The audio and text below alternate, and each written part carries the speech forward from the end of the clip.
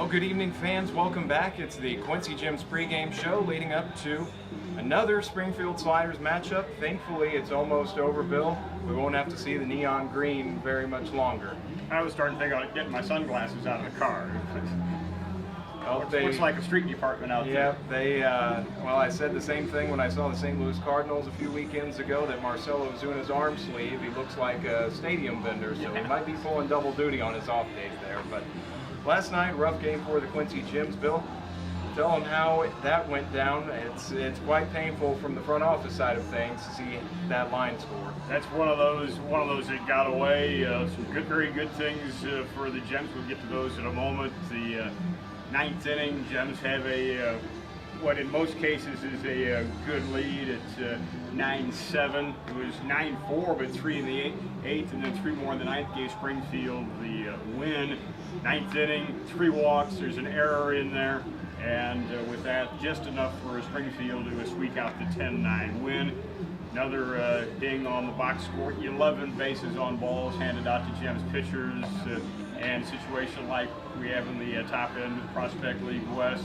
Margin for error is going to be pretty thin all the way, and 11 walks.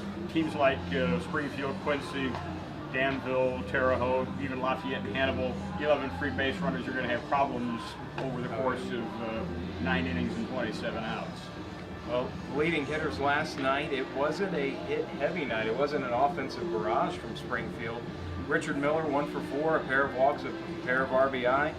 JT Weber, who's still coming in hot this season, 2 for 5, 2 RBI and a walk, and then Logan Stevens, 3 walks and an RBI himself. So it was definitely an impact night when it came to the bullpen for Quincy, who has been very good so far, and that may just be one of those little spots you have on the map, and then you go down the road and things get a little bit clearer and a little bit better. But maybe a good lesson for a lot of our guys, and an opportunity to get some of those players in who haven't had as much playing time as they'd like and as much exposure in the Prospect League. Now you get to turn around and play again. It's like conference series is during the college regular season. You don't get to dwell on it, good or bad, very long. Gems had some guys with the hitting shoes on. Business as usual for Francisco Rodriguez.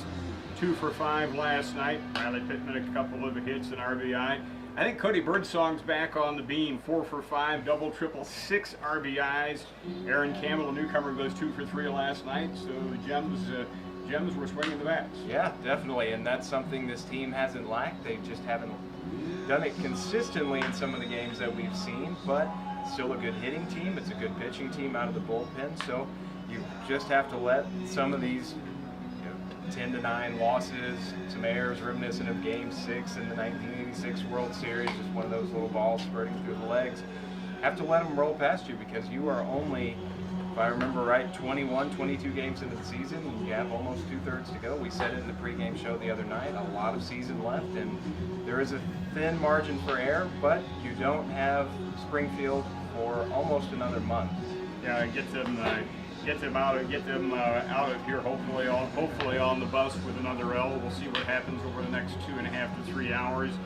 Riley Boyd goes to the mound tonight. This is his 3rd start, 6th appearance, 13 2/3 innings pitched, ERA of 4.6. Strikeouts to walks, 13 bases on balls, a dozen strikeouts through that 13 innings.